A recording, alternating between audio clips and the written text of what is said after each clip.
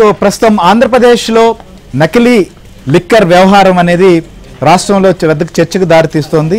ఇప్పటి వరకు గత వైసీపీ హయాంలో చోటు చేసుకున్నటువంటి లిక్కర్ స్కామ్ పైన సిట్ విచారణ కొనసాగుతోంది. అరెస్టులు ఇప్పటికే జరిగాయి. ఇంకా కూడా దీంట్లో లోతుగా విచారణ చేసి అనేక లింకులను కూడా బయటకు తీసే పనిలో సిట్ ఉంది. సో ఇదే వ్యవహారం నడుస్తుండగా మరొక వైపు తంబళ్లపల్లి నియోజకవర్గం మొలకల చెరువులో వెలుగు చూసినటువంటి నకిలీ మద్యం అనేది అటు అధికార ప్రతిపక్షాలకు మధ్య మాటల యుద్ధానికి దారితీస్తోంది. సో మెడికల్ కాలేజీలు కావచ్చు, నకిలీ మద్యం ఇలాంటి వ్యవహారాలపైన ఏకంగా రచ్చబండ కూడా నిర్వహించాలని చెప్పి వైసీపీ భావిస్తుంటే ఇదే విషయం పైన మిథున్ రెడ్డి ఏదైతే లిక్కర్ స్కామ్లో అరెస్ట్ అయి బెయిల్పై ఉన్నటువంటి ఎంపీ మిథున్ రెడ్డి సిబిఐకి కూడా లేఖ రాశారు. సో ఆయన డిమాండ్ ఏంటి, ఆయన ఈ వ్యవహారం ద్వారా ఎవరిపైన విచారణ చేయాలని కోరుతున్నారు? సో కేవలం తంబళ్లపల్లి వ్యవహారానికి సంబంధించినా లేకపోతే మొత్తం ఓవరాల్గా గతంలో జరిగినటువంటి వ్యవహారాన్ని కూడా సిబిఐ చేత విచారణ జరిపించాలని కోరబోతున్నారా? సో మనం డిస్కస్ చేద్దాం. కృష్ణ గారు, ఏంటి అసలుకి మిథున్ రెడ్డి నిన్న రాసినటువంటి లేఖ సారాంశం కేవలం మొలకల చెరువు ఎపిసోడ్కి అయినా గతంలో జరిగినటువంటి లిక్కర్ స్కామ్ కూడా విచారణ చేయాల్సినటువంటి అవసరం ఉందంటారా? శ్రీహరి, కేంద్ర హోంశాఖ మంత్రి అమిత్ షాకి రాసినటువంటి ఈ 3 పేజీల లేఖలో కేవలం ఈ మొలకల చెరువుకు సంబంధించినటువంటి అంశాన్నే ప్రస్తావించారు. గతంలో జరిగినటువంటి లిక్కర్ స్కామ్కి సంబంధించినటువంటి అంశాన్ని ఇందులో ప్రస్తావించలేదు. కేవలం 3 పేజీల ఈ లేఖలో ఏదో తూతూ మంత్రంగానే ఈ లేఖ ఉన్నట్లుగా తెలుస్తుంది. ఎందుకంటే ఇందులో ఒక సమగ్రమైనటువంటి డేటా కానీ లేకపోతే ఆంధ్రప్రదేశ్లో ఒక కల్తీ లిక్కర్ తయారవుతుంది, దానికి సంబంధించి విచారణ జరిపించాలని కోరినప్పుడు దానికి సంబంధించినటువంటి ఒక సమగ్రమైనటువంటి డేటాను కూడా అందజేయాలి. కానీ ఇందులో ఒక సమగ్రమైన డేటా లేదు. ఏదో పేపర్లో వచ్చినటువంటి విషయాలు వీటిని కలుపుకొని ఈ యొక్క 3 పేజీల లేఖ రాసినట్లుగా ఉంది. ఇందులో ఎటువంటి డేటా కానీ ఎటువంటి ఆధారాలు కానీ ఎటువంటి సాక్ష్యాలు కానీ లేవు. కాకపోతే ఇది కేవలం ఈ కల్తీ మద్యానికి సంబంధించి మొలకల చెరువుకు సంబంధించినటువంటి అంశంపైనే ఈ కేంద్ర హోంశాఖకు రావడం జరిగింది. అయితే ఇటువంటి అంశాలని సిబిఐ దర్యాప్తు కోరుతూ గతంలో కూడా చాలామంది రాశారు.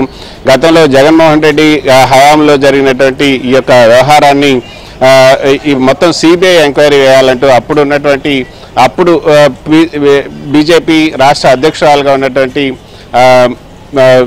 పురంధేశ్వరి కేంద్ర హోంశాఖ మంత్రి అమిత్ షాకి రాసింది.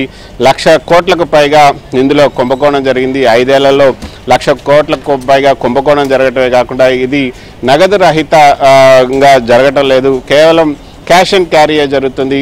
పైగా ప్రభుత్వం నిర్వహిస్తున్నప్పటికి కూడా కేవలం క్యాష్ గానే నడుస్తుంది, ఆన్లైన్ పేమెంట్స్ లేవు. ఇందులో 1,00,000 కోట్లకు పైగా కుంభకోణం జరిగింది. ఇందులో సిబిఐ దర్యాప్తు జరపాలి. తర్వాత చాలామంది కూడా చనిపోయారు, చాలామంది కిడ్నీలు కూడా పాడైపోయాయంటూ దానికి సంబంధించినటువంటి నివేదికను కూడా పురంధేశ్వరి కేంద్ర ప్రభుత్వానికి సిబిఐ దర్యాప్తు కోసం రాయడం జరిగింది. ఇదే కేంద్ర హోంశాఖ మంత్రి అదేవిధంగా సిబిఐ కూడా లేఖ రాశారు. కానీ దానిపైన కేంద్రం ఎటువంటి చలనం లేదు. కానీ ఇప్పుడు ఈ యొక్క ఈ లేఖలో ఏదైతే కేంద్ర హోంశాఖ రాసినటువంటి లేఖలో మిథున్ రెడ్డి రాసినటువంటి లేఖలో కేవలం ఆరోపణలు ఏదైతే మొలకల చెరువులో వచ్చినటువంటి ఈ యొక్క స్కామ్కి సంబంధించి మాత్రమే సిబిఐ విచారణ కోరుతున్నారు. అందులో ఆయన రాసినటువంటి అంశాలు కనుక మనం చూస్తే చాలా చాలా చాలా సిల్లీగా ఉన్నాయని చెప్పొచ్చు. ఇటీవల కాలంలో ఆంధ్రప్రదేశ్లో అన్నమయ్య జిల్లా మొలకల చెరువులో పెద్ద నకిలీ మద్యం తయారీ కేంద్రం బట్టబయలైంది అంటున్నారు. ఆ నకిలీ మద్యం తయారీ కేంద్రం ఎలా బట్టబయలైంది? రాష్ట్ర ప్రభుత్వ అధికారులే దాడి చేస్తే ఆ రాష్ట్ర ప్రభుత్వ అధికారులే ఈ మద్యం నకిలీ సంబంధించినటువంటి ఈ కేంద్రాన్ని రాష్ట్ర ప్రభుత్వ అధికారులే దాన్ని బట్టబయలు చేశారు, వాళ్ళే చర్యలు తీసుకుంటున్నారు. ఇదేమి బయట ఎవరో చెప్తే చేసింది కాదు.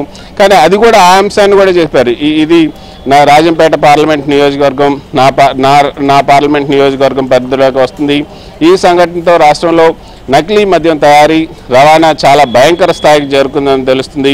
ఇది ప్రజల ఆరోగ్యానికి అదేవిధంగా ప్రమాదం కలిగించడమే కాకుండా చట్టం అమలుపై కూడా తీవ్ర ప్రభావం చూపిస్తుంది. ఇది ఇతర రాష్ట్రాలకు కూడా అంటే వేరే రాష్ట్రాలకు కూడా పాకింది. వేరే రాష్ట్రాల నుంచి కూడా మళ్ళీ నకిలీ మద్యం వస్తుంది. కాబట్టి దీన్ని అంటే ఇంటర్స్టేట్కి లింక్ పెట్టి ఈ సిబిఐకి కోరాలని ఆయన ప్రయత్నంగా మనకి తెలుస్తుంది. ఒక పెద్ద పెనుభూతంగా చూపే ప్రయత్నం అయితే చేశారు.